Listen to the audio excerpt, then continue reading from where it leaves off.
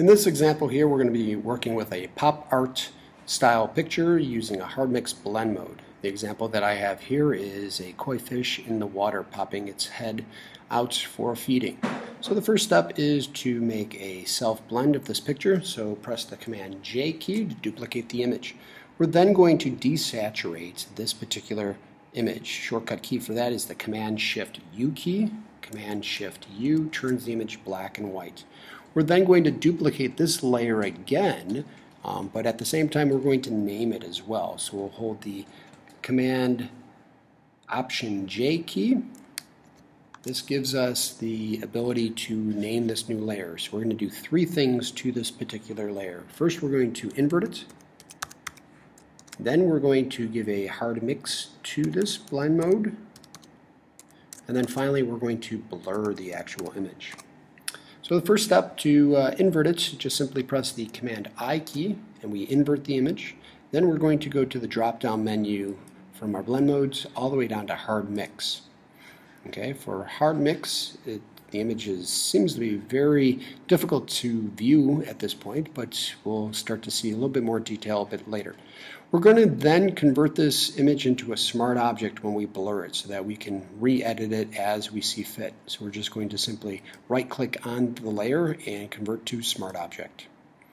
You'll see the small icon in the bottom right-hand corner of the image to indicate that it is a smart object.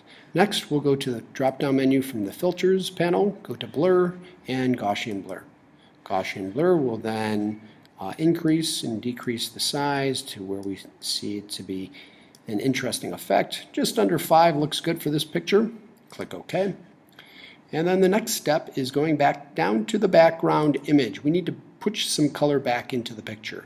So with the background image selected, we'll press the Command J key to duplicate that layer.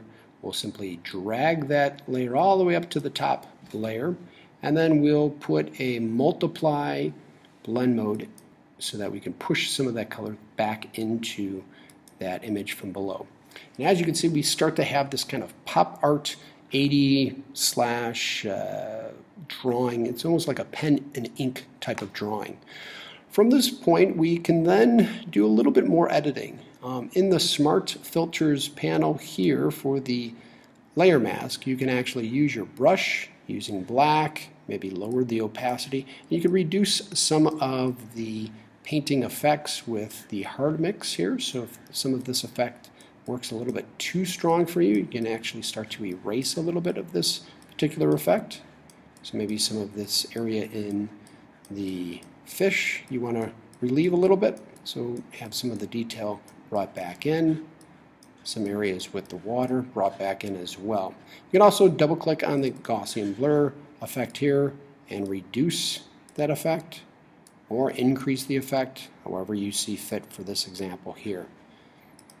So once again, you have a full range of editing capabilities for images that may or may not be successful from one technique. This would work really well with the pop art hard mix.